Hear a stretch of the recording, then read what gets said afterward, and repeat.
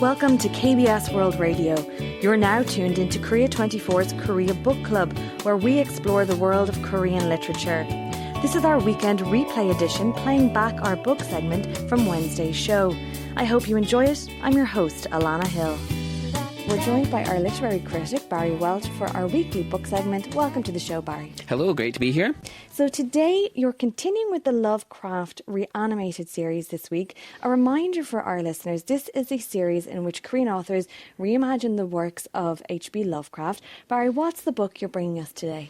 So today we are looking at Alien Gods, and this is actually the first book in the Lovecraft Reanimated series. We've already reviewed the second and third books in the series, so we're going back to the first one now. And Alien Gods was written by Lee Suhyeon, and it's a very smart and unsettling first book in this project. The Korean title is 외계신장, and the story here follows Minsa. Minsa is an anthropology student who is researching shamanistic rituals and mudangs. Mudangs are the shamans who perform these rituals, but importantly for this story, she has never believed in anything supernatural herself. She sees the mudangs as performers, maybe even a kind of hucksters or tricksters in a way, but she thinks of them as people who know how to put on a convincing show for outsiders and researchers. But as her research deepens into this topic, things begin to unravel in a very personal way for her. So she develops what is known as a shinbyong. This is a Korean concept which is often described as a kind of holy sickness where sufferers experience physical and psychological and physiological symptoms, and they believe these symptoms to be a signal of some kind of calling from the spirit world. And what starts as academic curiosity for Minsa turns into fear and desperation as she begins to lose her grip on reality. Very Lovecraftian process. And eventually she is forced to sort of confront her belief system, this belief system that she's spent her life dismissing, and she is forced to seek out a real mudang for help, not knowing whether this will bring healing or answers, or perhaps just push her further into this madness that she's experiencing. And what makes Alien Gods compelling is this blend of Lovecraftian cosmic horror with these very deeply Korean spiritual traditions.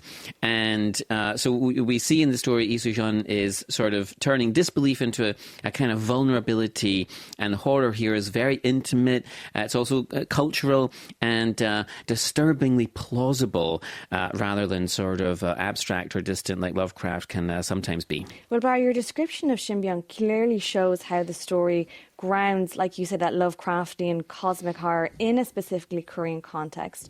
And for our listeners who might not be super familiar with Lovecraft, what kind of horror are we talking about here? So this isn't the slasher horror or jump scares or ghosts behind the doors kind of stuff. Lovecraftian horror it's often called cosmic horror, and it's this idea, this fear that comes from realizing that the universe is indifferent to us. It doesn't care about us at all. And so in Alien Gods, this comes through as this growing awareness that human systems, academia and so on, and religion, society, these might just be stories, and actually quite thin stories that we tell ourselves to feel safe. And the gods in the title here, they aren't traditional monsters. They're in this kind of Lovecraft kind of way. They're these vast, unknowable forces that humans can't comprehend, can barely perceive, and certainly don't have any control over. And so what makes the story effective here is just how slowly this realization creeps in for our protagonist, for Minsa. And you can definitely feel the Lovecraft influence in the story. You have the sense of creeping dread, as she's slowly losing her mind. You have some quite grotesque imagery, and especially this very Lovecraftian idea of this blurred line between reality and fantasy, where you're never quite sure whether what you're seeing is supernatural or is it inside her head? Is it just psychological? And so what he does here in this story is she's updating these kind of Lovecraftian atmosphere and tropes and so on in a sort of contemporary Korean way. So instead of ancient sea gods or forbidden tomes, the horror grows out of shamanism, right? It grows out of academic research and this very modern impulse to explain everything rationally. It's also clearly written, or it seemed to me like it has a global audience in mind, because you don't need a deep prior knowledge of Korean folklore. It's kind of a primer for Korean folklore to sort of introduce you to these concepts. You also don't need to have a sort of, to be steeped in Lovecraft's mythology. But if you do have those backgrounds, it definitely adds extra layers. And so I guess in that sense, Alien Gods isn't just paying homage to Lovecraft. It's reshaping these themes so they speak to different cultural fears, to specific Korean cultural fears, different belief systems, a different moment in time. And as we've mentioned in previous reviews, this is what makes this Lovecraft Reanimated project feel like a conversation with Lovecraft. I guess also a bit of a tribute. And so the horror here is intellectual and emotional as much as it is eerie. And I like how you describe the gods as distant forces rather than monsters, and how the horror grows out of shamanism and modern rational thinking. It makes it clear why the story feels both accessible and meaningfully different from, as you said, classic Lovecraft. Now, how does Alien Gods make this feel specifically Korean rather than just, Lovecraft with a new coat of paint? Yeah, right. So this is really the strength of the book and the strength of this series. So, sometimes when people do a Lovecraft story, they sort of recreate the New England setting and some of his sort of specific imagery kind of wholesale. But Lee grounds the story in these very Korean social and cultural anxieties. You have these questions about belief traditions. You have this very specific sort of Korean displays of authority, modern life, what happens when older worldviews collide with contemporary pressures, which will be familiar to many people. And there's a strong sense that these alien gods, or whatever they are, they emerge not just from the cosmos or from outside, but from perhaps they're coming, or they're getting into the world through some sort of crack in society itself.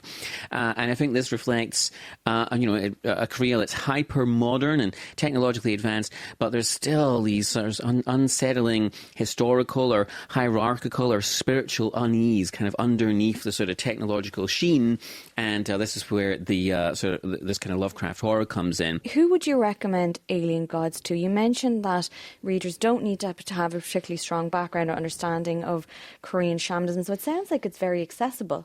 Yeah, absolutely. So it is a horror story. So if that's not your thing, then maybe skip this one. But if you are a horror fan, then I'd absolutely recommend it to anyone who enjoys maybe sort of more thoughtful, idea-driven horror. If you were a fan of Cursed Bunny or some of the other horror novels we've reviewed in recent weeks and months, then this is probably something you might be interested in. So using the horror genre to ask these very uncomfortable questions, not trying to provide kind of neat answers. And yet, like you said, you don't need any prior knowledge of Lovecraft, really. But, if you do, there are sort of other layers and things to it. But it does stand on its own as a very moody, unsettling exploration of belief and human insignificance in the world. And it's just a good starting point for this series, this Lovecraft Reanimated series as a whole. And it sets a tone for what that project is trying to do. Sort of take Lovecraft and wrestle with his ideas and see what they mean in this modern Korean context. That was Barry Welch with Alien Gods by Suhyeon Lee. As always, thanks for joining us, Barry. My pleasure.